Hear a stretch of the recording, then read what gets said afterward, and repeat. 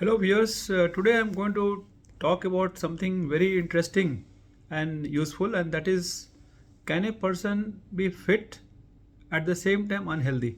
If you talk about unhealthy fit person, it's like a paradox, and it seems impossible because a person who's fit, generally, who do we call fit? So somebody who does regular running or cycling and regularly goes to the gym and does workouts, that kind of person is called fit because they have good cardiorespiratory fitness.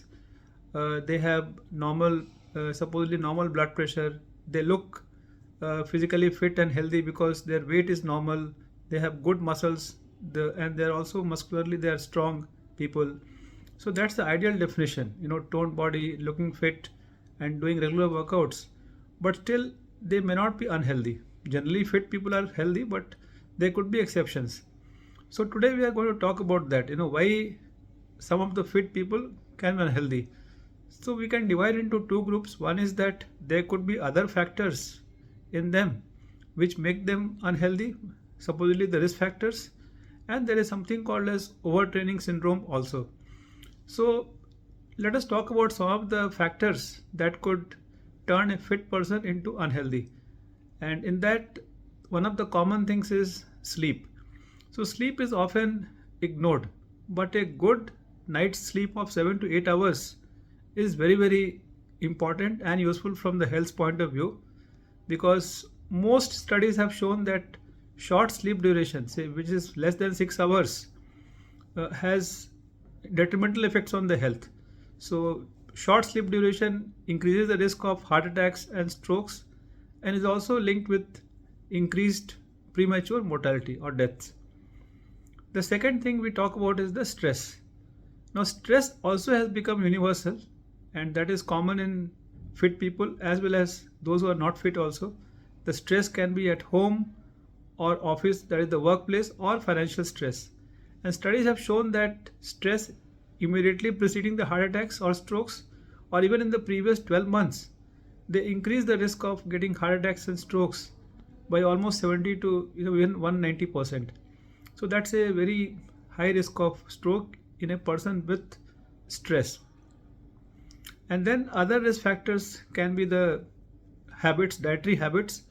So there are many fit people who don't take care of the diets. What they feel is that because they are working out, because they are running, they can have good amount of carbohydrates or unhealthy fats. And it is not uncommon for us to see that post a long run or post cycling, to gather and have a really rich carbohydrate meal, and also have more of saturated fats. But a workout is not going to negate the effects of a bad or unhealthy diet. So even if somebody is working out and doing good amount of exercise, the dietary discipline is required. So the diet should have adequate amounts of complex carbohydrates, good amounts of protein, and also healthy fats. And that is the way to go, whether it is after a long run or after a good workout session. But the basic dietary principles should not be changed. So those who have routinely engaged in the unhealthy diets, they could develop insulin resistance and then pre-diabetes and other complications. And many fit people also do not go for regular health checkups.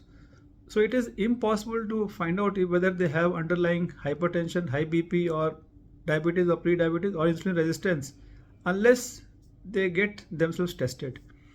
So even if somebody looks very fit from outside, very, so we always say, okay, you are looking handsome and pretty from outside, but it is the inner beauty that matters. That is the inner good health, and that can be tested only with, if a person checks the blood pressure, checks the blood sugar, checks the fasting insulin levels, and find out the HOMA-IR, that is the marker for insulin resistance. And then one more term I want to introduce here is that there is a term called as metabolically obese normal weight. So just because somebody has normal weight doesn't mean that everything is perfect, because weight includes the weight of muscle as well as fat. And the common things we rely on is body mass index.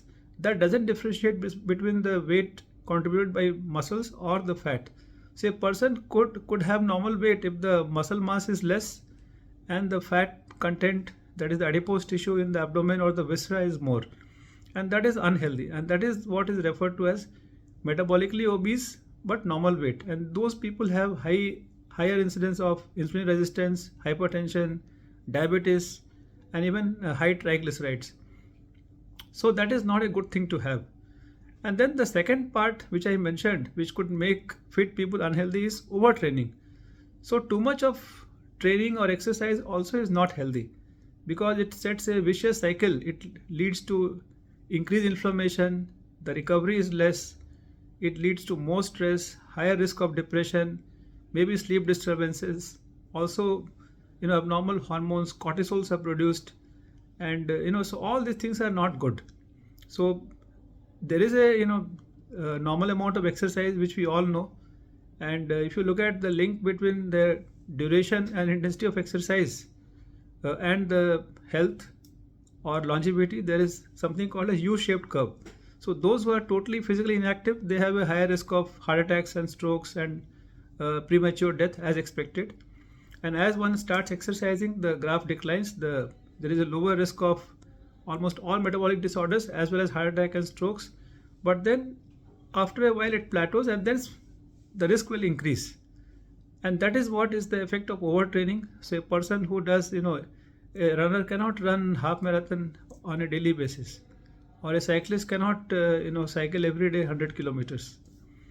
Similarly, a person who loves working out in the gym cannot do 2-hour workout session every day.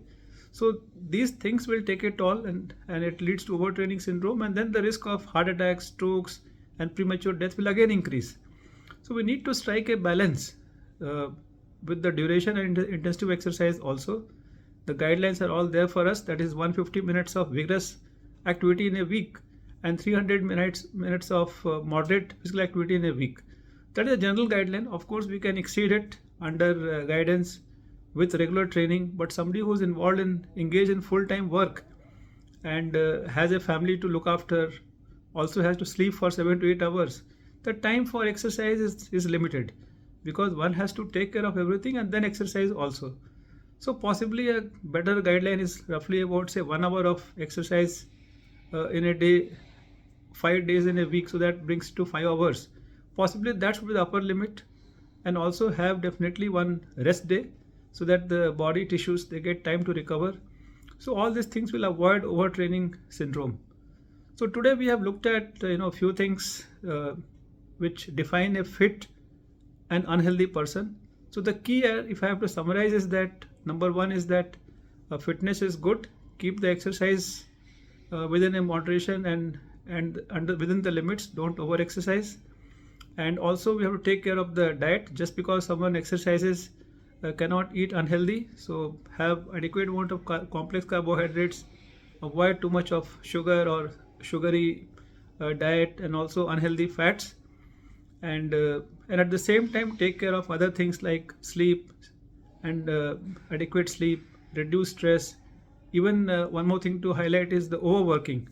So we had one famous person advocating 70 hours work week per week, but obviously it is not healthy as per a study published in Lancet. So they compared people who worked 55 hours or more in a week versus 40 hours or less in a week, and the risk of heart attack increased by 13% and stroke by 33% in people who worked for more than 55 hours per week as compared to those who worked up to 40 hours. So there is a reason not to overwork also, because overworking will also increase the risk of heart attack and stroke. So there is a need to maintain the work-life balance, and so with these, a fit person can be healthy also. And finally, we must have annual checkups, in that the fasting serum insulin, HbA1c, fasting glucose, lipid profile, even the heart checkups like ECG and echocardiogram should be done. Blood pressure should be checked, because unless we check them, we are not going to get to the root of the diseases, because if it is not diagnosed, we cannot check.